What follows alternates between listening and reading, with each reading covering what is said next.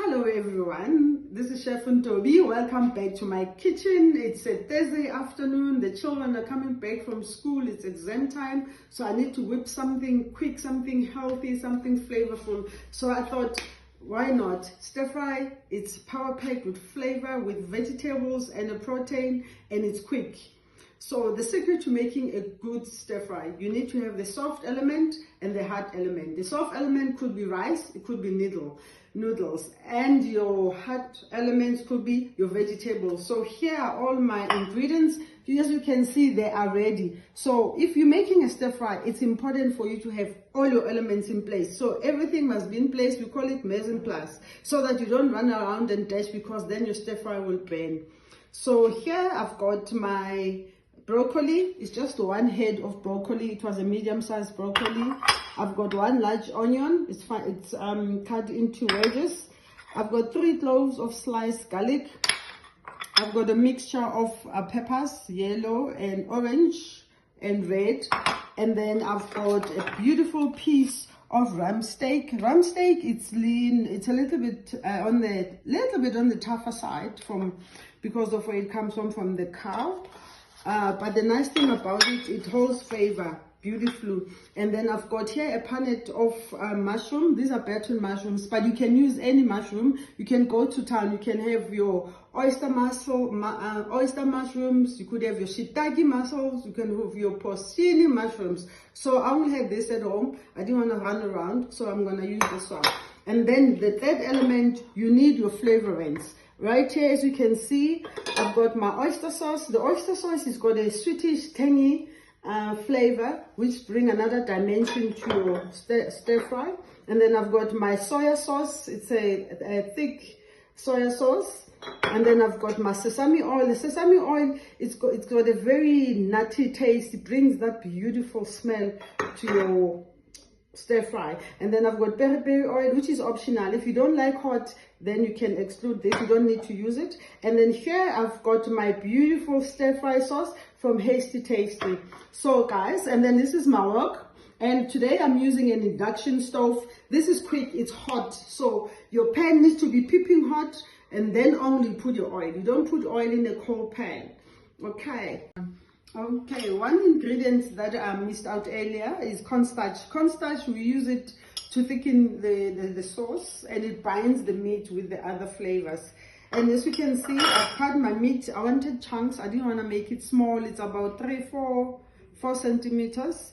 One important thing that I forgot to mention earlier, your ingredients need to be uniform, like the same size, so that when they cook at the same time. You don't have a big piece of mushroom and a small piece of your broccoli. So everything needs to be the same size, as you can see.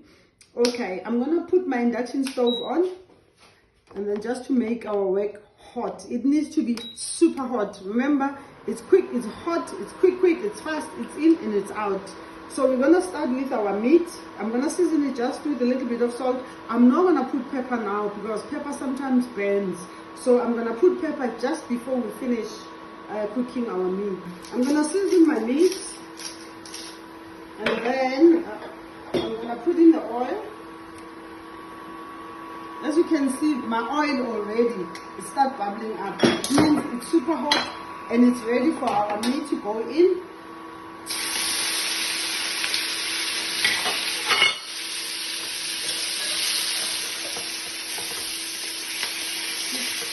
It's browning up quickly. So when you're using the wok, the secret is you need to fold, and then you scrape, so that nothing stays at the bottom and your meat can cook nicely. So I'm just gonna cook it, brown it on both sides a little bit. I'm not gonna cook it through, because remember, we're still gonna put our vegetables. So I need to give it like 4 minutes or 6 minutes to total cooking. Then I can put in my vegetables. See, it's quick. It's going on very quickly, because my wok is hot. So it's beautiful. It looks amazing.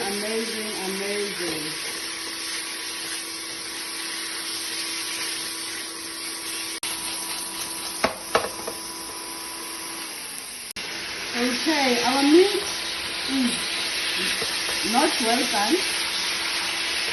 It's still medium rare. So I'm going to add in our garlic.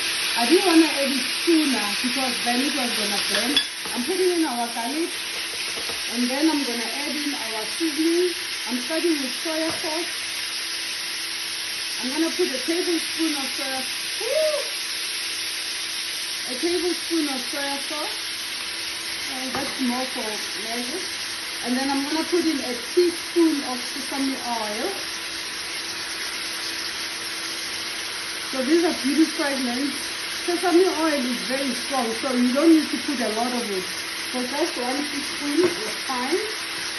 And then I'm just going to add that on until the meat is covered totally in the sauce. And then now I'm going to start adding in my vegetables. The sauce is too far.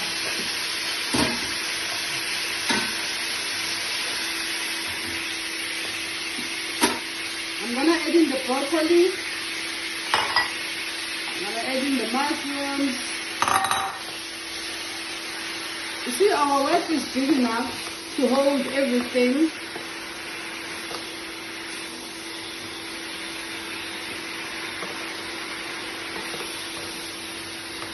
And then I'm going to put my peppers.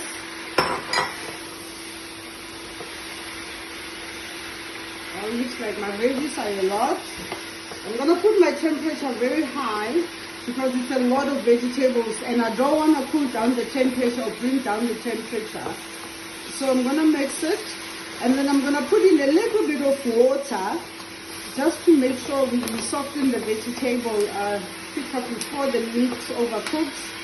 So I'll just put about one third of water, of boiling water, because we don't want to put anything cold at this stage. And then I'm going to add in my onions. And then I'm just going to let it cook 2 minutes. Hi, as you can see, our stir fry is almost done. It's been like 4 minutes. So I'm going to put in more flavorants. Guys, it's smelling amazing in this kitchen. The smell of garlic, the sesame oil, the freshness of the vegetables. It's just a symphony of flavors in this pan. I can't wait to eat tonight. I think I'm going to make noodles with it. And not rice, because we always eat rice, so noodles will be different. I think we've got vermicelli, we've got Chinese noodles, so yeah, we're gonna make that. So now I'm gonna put more flavorants. As you can see here, it's a slurry. A slurry is, remember, that 2 tablespoons full of cornstarch and equal parts of water. So your slurry is always equal parts of water between water and cornstarch. So it thickens your whatever you're cooking. So I'm gonna put 1/3 cup of stir fry. Guys, it's cold in Florida, so you see these bottles. So I'm putting 1/3 of stir fry sauce, and then I'm just gonna put a tablespoon of oyster sauce, just to balance the flavors. Oyster sauce gives you that beautiful salty sweet taste. And then I'm putting in about a teaspoon actually of chili oil, because guys, this is very hot, so, and it's optional, you don't have to put it in, but it gives the food a different flavor. If you like chili like me, especially on such a cold day, this is perfect. So I'm just gonna combine the seasonings. My stove is on high. You can see the mushrooms have become brown. The onion has softened up. Even the broccoli, as they've shrunk in size, it shows that they've softened up a bit. So now I'm going to put my slurry, 2 minutes, and then our stir fry is done. There, 15 minutes. Our dish is complete. Now I'm going to add in our slurry, which is our cornstarch mixed with water and a little bit of stock if you want to put more flavor, or you can just use water and cornstarch. As you can see, like, look there, it's beginning to thicken up already. Beautiful. It smells divine, guys. So now I'm just cooking it out the cornstarch As soon as it's cooked, 2 minutes from here, we're going to switch off. Remember, we don't want our vegetables to be soft. Our vegetables must still be crunchy. They must be cooked, but they must be crunchy. And that's how you do your stir fry. So 1 more minute, and then I'm going to switch my stove off. You can see, there we go. Beautiful, beautiful, beautiful. It smells amazing. Here we go, guys. Here's our stir fry. Beautifully cooked. The meat is still soft. It's not well done. It's not medium rare. It's just well, because remember, rump steak needs to cook a little bit more. It's not that tender. So we're done. All I need to do now is to cook my rice, and I'll come back and plate and show you guys how it looks.